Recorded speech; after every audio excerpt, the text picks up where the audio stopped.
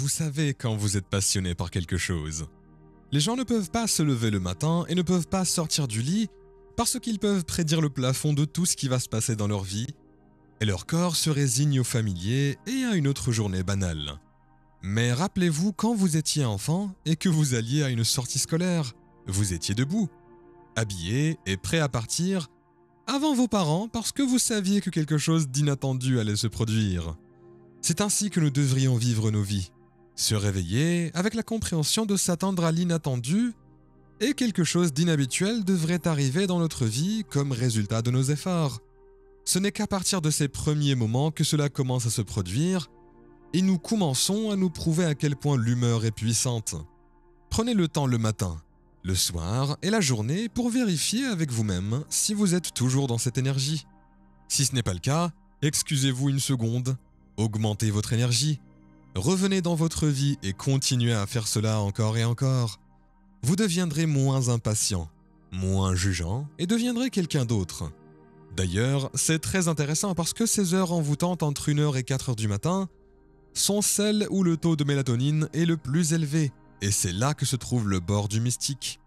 C'est à ce moment que nos ondes cérébrales sont en alpha et que nous sommes dans cet état créatif. Même en θ, nous le sommes. Nous sommes en train de percer le voile où nous sommes en contact avec plus d'informations. Parce que nous sommes trop fatigués, notre esprit analytique ne se soucie pas vraiment de notre esprit qui finit par abandonner. Il suffit de passer cette bosse et tout d'un coup, nous obtenons un second souffle. Beaucoup de mes amis qui sont musiciens et artistes aiment le soir, car c'est le moment où ils créent. J'aime me réveiller quand tout le monde dort vers 3h ou 4h du matin, car c'est calme et je commence ma journée fraîchement. C'est le même principe. Je me réveille le matin, mais la nuit, les ondes cérébrales qui changent les changements de la chimie du cerveau sont dans l'esprit conscient, et je pense que pour que nous puissions vraiment changer, nous devons nous dépasser. C'est l'un des arts de la transformation, et au moment où nous sommes complètement dans le présent, nous ne pouvons pas exécuter le programme. Il s'avère, par coïncidence, que lorsque nous sommes vraiment dans le moment présent, toutes les possibilités du champ quantique existent dans l'éternel, maintenant, et nous détournons notre attention de notre corps, des personnes dans notre vie, des choses, des lieux et même du temps. C'est le moment, comme je l'ai dit aujourd'hui, où nous sommes devenus une pure conscience. Maintenant, nous ne jouons plus selon les lois de la physique newtonienne. C'est le moment où nous n'avons plus notre attention investie dans cette réalité tridimensionnelle, et là où nous plaçons notre attention, nous plaçons aussi notre énergie. Ainsi, le moment où nous ne devenons personne, rien, nulle part et sans temps, c'est le moment où nous nous dépassons et c'est cet acte d'être dans le moment présent qui nous permet de voir de nouvelles possibilités que nous ne pourrions jamais voir de l'endroit où nous sommes coincés dans nos propres programmes et notre personnalité. L'acte de faire cela, comme Bruce l'a dit, est une compétence et nécessite un retour d'information. Il peut se faire de plusieurs façons. L'une d'entre elles consiste à commencer à mesurer les changements que vous constatez dans votre vie. Une autre est que vous vous sentez différemment, et la dernière est que la voix dans votre tête s'en va avec la chanson. Tout le monde ferait ce processus s'il était facile.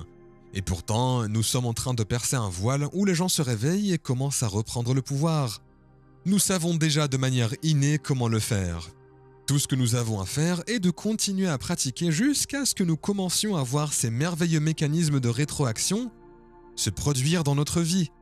Dès que vous commencez à voir ces changements se produire dans votre vie, vous prêterez attention à ce que vous avez fait pour provoquer cette action et vous ne penserez plus que c'est quelque chose d'extérieur qui l'a fait. Vous commencerez à réaliser que c'est ce que vous avez fait à l'intérieur de vous et c'est là que vous commencerez à reprendre votre pouvoir.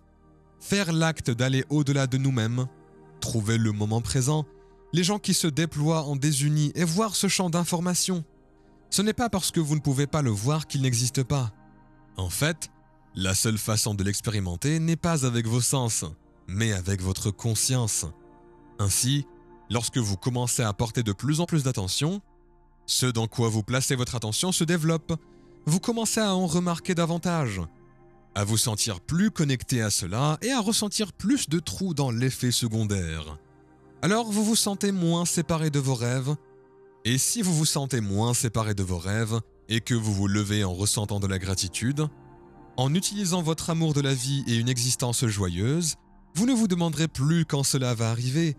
Vous aurez l'impression que c'est déjà arrivé et tout votre travail consistera alors à ne pas essayer d'analyser et à penser à quand cela va se produire, parce qu'au moment où vous faites ça, vous retournez à l'ancien vous. Le nouveau soi ne serait jamais comme ça. Il s'agit donc d'une pratique et, tout comme la pratique d'un swing de golf, d'une guitare ou d'une plainte, on y devient bon au bout d'un moment. Mais les mêmes mécanismes fonctionnent de la même manière. Ainsi, lorsque nous commençons à changer notre façon de penser et de ressentir au quotidien, le plus difficile dans tout cela est que la pleine conscience est cette métacognition. C'est l'acte de penser à ce à quoi vous avez pensé, et plus vous devenez conscient de vos pensées inconscientes, de vos comportements automatiques et de vos réponses émotionnelles conditionnées, plus vous en êtes conscient et moins vous êtes inconscient dans votre vie. La plupart des gens n'aiment pas ressentir cette gêne et préfèrent allumer la télévision, surfer sur Internet, téléphoner ou envoyer des SMS parce que cela les distrait de ce sentiment. Mais la question est de savoir si vous pouvez le faire maintenant ou plus tard. Donc, finalement, les gens se réveillent et se disent qu'ils ne vont pas attendre ce moment. Chaque jour, ils vont commencer à devenir un scientifique dans leur vie et à en mesurer les effets. C'est juste le processus de faire où les choses commencent à tomber dans votre vie et de nouvelles opportunités commencent à se présenter. Vous commencez à faire ces corrélations et ces connexions, et l'autonomisation que vous ressentez augmente votre croyance en la possibilité, et quand vous commencez à les augmenter, vous faites confiance à l'inconnu, alors que vous ne pouvez pas le faire si vous vivez dans la survie. Nous sommes conditionnés à fuir quelque chose d'inconnu. Pourtant, vous êtes vraiment dans cet état élégant. Votre cœur est ouvert, votre esprit est clair et votre cerveau est cohérent. L'inconnu devient une aventure et maintenant, nous devons déposer la chose que nous avons utilisée toute notre vie pour obtenir ce que nous voulons pour que quelque chose de plus grand se produise. Cela signifie que nous n'avons pas besoin d'aller le chercher. Si nous changeons vraiment notre énergie, nous attirons l'expérience à nous et c'est à ce moment que ça se passe.